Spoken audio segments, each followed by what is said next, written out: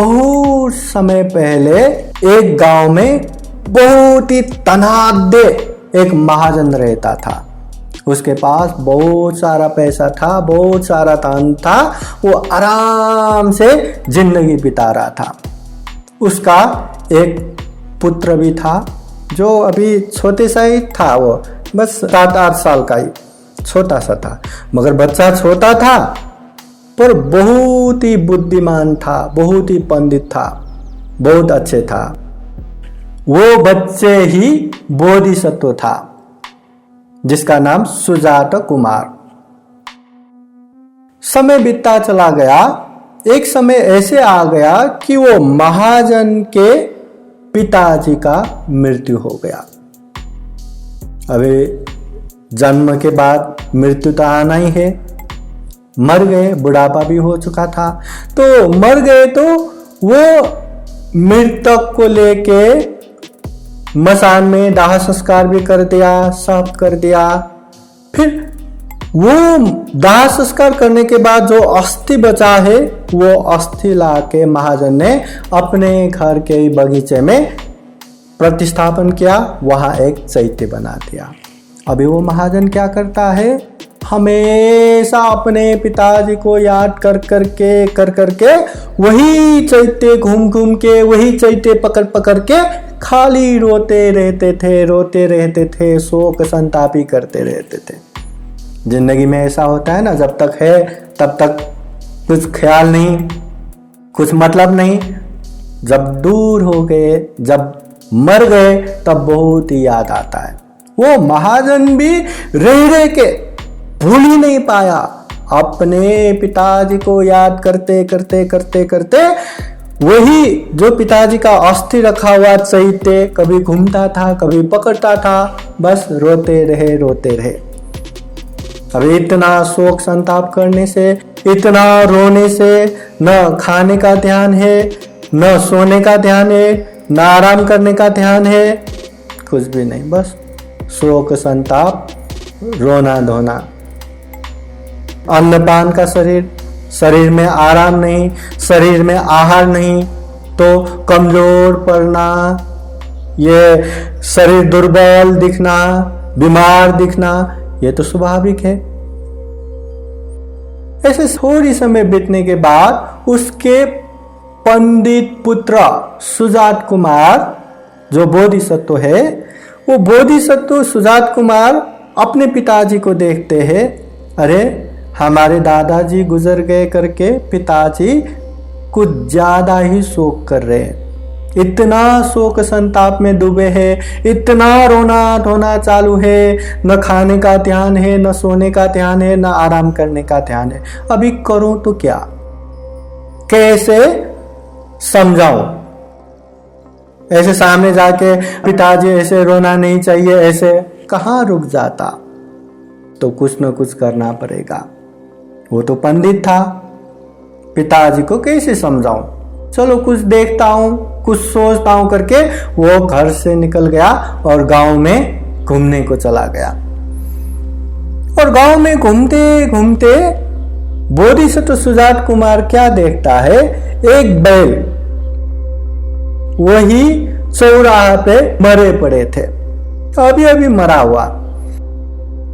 तो ये देख के अभी सुजात कुमार क्या करता है, यहां वहां से घास लाता है और वो घास हाथ में लेके वो बैल के मुंह की तरफ दे के आह खा आ बैल खा करके वो मुंह पे लेके जाते हैं। अभी एक दो जन ने देखा कोई बच्चा होगा करके ऐसे ही चला गया, पर बहुत लोगों को पता था वो तो महाजन के पुत्र और वो भी बहुत पंडित। तो लोगों ने देखा तो वहां जमा हो गया, भीड़ जमा हो गया और किसी ने समझाने का कोशिश भी किया, ये मर चुका है। फिर भी वो अनसुनी करके आह खा करके वो घास खिलाने को ही मुंह पे घास लेके ही जा रहा था। तो ये बातें कुछ लोगों ने तुरंत उसके घर में खबर कर दिया, उसके पिताजी को सुना दिया कि आपके पंडित पुत्र बीच चौराहा पे मरे हुए बैल को घास खिला रहे हैं। तो ये सुनते ही, अपने पुत्र के बारे में सुनते ही उसको एकदम होश आया जैसा, अरे मेरे प्रिय पुत्र, मेरे पंडित पुत्र, ये क्या हो गया।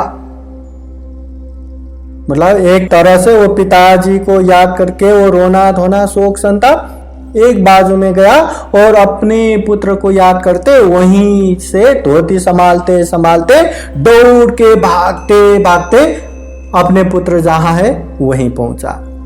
और वहां पहुंच के देखते हैं सही में इतना पंडित, इतना बुद्धिमान जो पुत्र है वो तो बीच चौराहे पे इतने भीड़ के बीचों बीच मरे हुए बैल को आह आह खा खा करके घास खिला रहा था।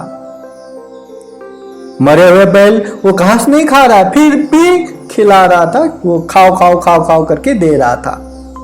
तो ये देख के पिताजी को बहुत दुख हो गया और नजदीक जाके बोलते हैं, हे सुजात, हे पुत्र, ये तुम क्या कर रहे हो? ये बैल मर चुका है, मरे हुए बैल फिर से घास नहीं खाएगा, मत करो।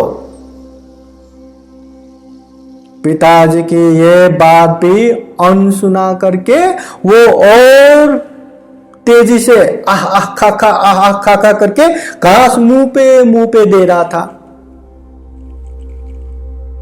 तो ये देख के पिताजी को बहुत गुस्सा आया और पकड़ के एकदम जोर से कहते, हे पुत्र, तुम मूर्ख तो नहीं हो गए?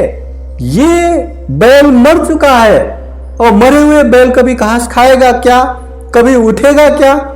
मूर्ख हो गए क्या? तो ये सुन के सुजात कुमार होश आए जैसा, हाँ अच्छा ये बैल मर चुके हैं, अच्छा मैं ये बैल को घास खिला रहा हूं तो मैं मूर्ख हूं? हाँ मूर्ख हो तुम, मरे हुए बैल को घास खिला रहे हो।